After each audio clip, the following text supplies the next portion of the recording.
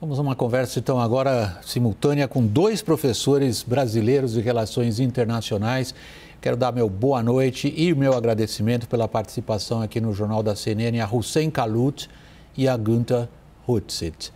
Queria começar, Hussein, por você, que é pesquisador lá em Boston e tem acompanhado a política doméstica americana em função de aspectos de política externa.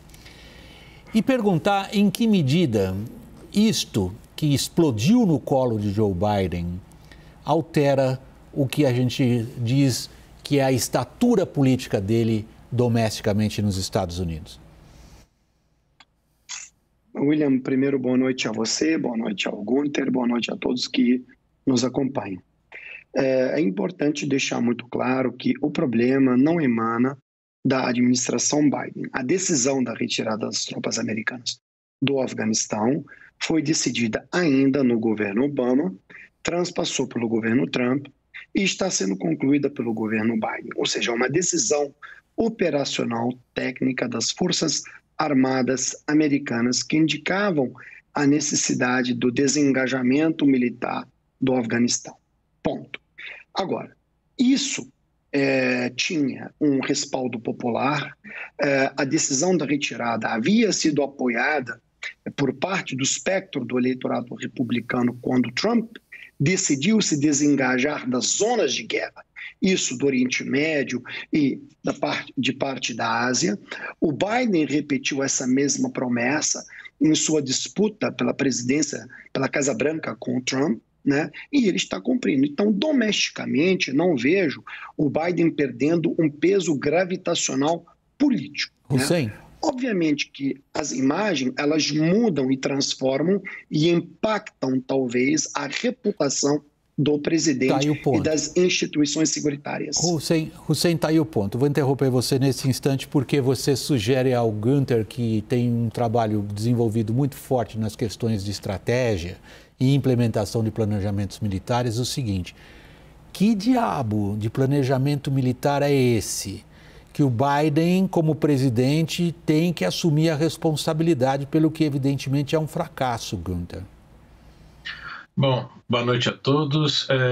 Prazer estar aqui de novo com vocês, ainda mais com o Hussein junto. Efetivamente, houve vários erros, não foi um só.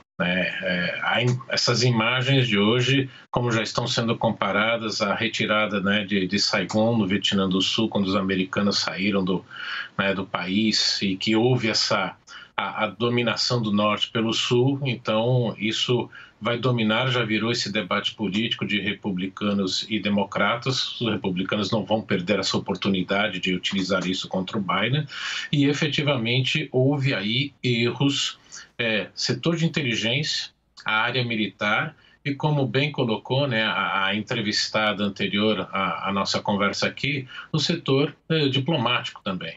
Então, houve um erro de coordenação do governo e, portanto, vai cair, vão procurar, sim, responsáveis, até porque, como o Hussein bem colocou, era algo que já vinha sendo desenvolvido, não só no governo americano, mas pela sociedade americana, uma saída o máximo ordenada possível. Não isso que essas imagens bem colocam, né, do que aconteceu.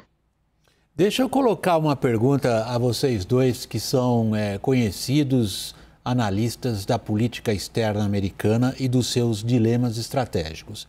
Há alguns dizendo que a queda de Cabul mantém, do ponto de vista da presença internacional dos Estados Unidos, uma comparação com a queda de Havana, em 1959, com a queda de Saigon, em 1975, e com a queda de Teherã, em 1979.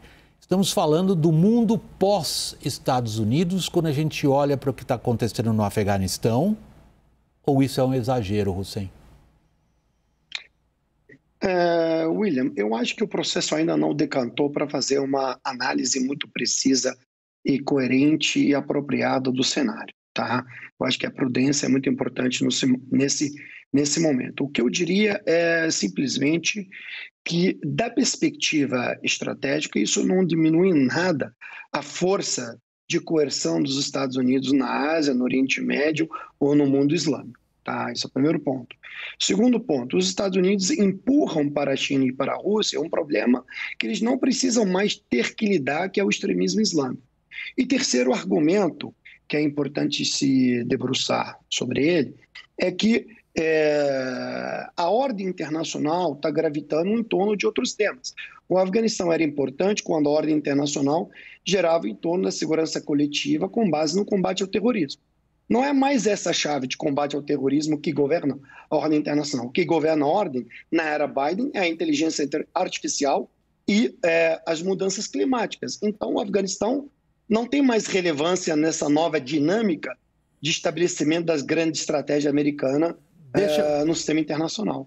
Deixa eu passar a palavra ao Gunther para eu poder colocar aí numa última pergunta breve a vocês dois. Gunther, pós-americano é o mundo que vivemos? Não acho que seja um mundo pós-americano. Estados Unidos continua sendo a única superpotência. Acho que tira uma distração, entre aspas, das forças americanas, mesmo que tivesse uma presença ainda muito pequena, para se concentrar principalmente no Sudeste Asiático, no enfrentamento à China e nesses grandes tópicos que o Hussein bem colocou. Então, é realmente uma mudança, principalmente para os Estados Unidos, não para o restante do mundo. Bom, agora eu vou constrangê-los. Aos dois a mesma pergunta, a resposta em uma linha.